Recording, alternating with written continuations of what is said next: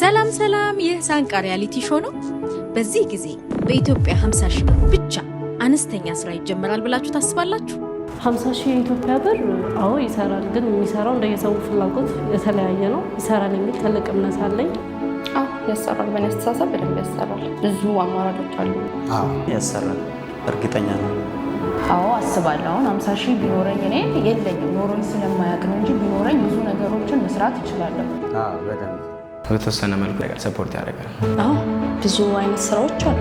50 ሺህ ብር ባለኝ ግን የሆነች በረንዳ ላይ ተከራይቼ የተሻለ ነገር እሰራለሁ ብዬ አስባለሁ። በቅርብ ቀን በሳንቃ ሪያሊቲ ሾው ለ5 ሰዎች የስራ ማስጀመሪያ 50 ሺህ የኢትዮጵያ ብር በመስጠት ስራ አስጀምረን የስራ ሂደቱን ተከታትለን ለእናንተ እናቀርባለን። እናንተ የሚጠበቀው ቻናላችንን ሰብስክራይብ፣ ሼር፣ ላይክ በማድረግ መጠባበቅ ነው።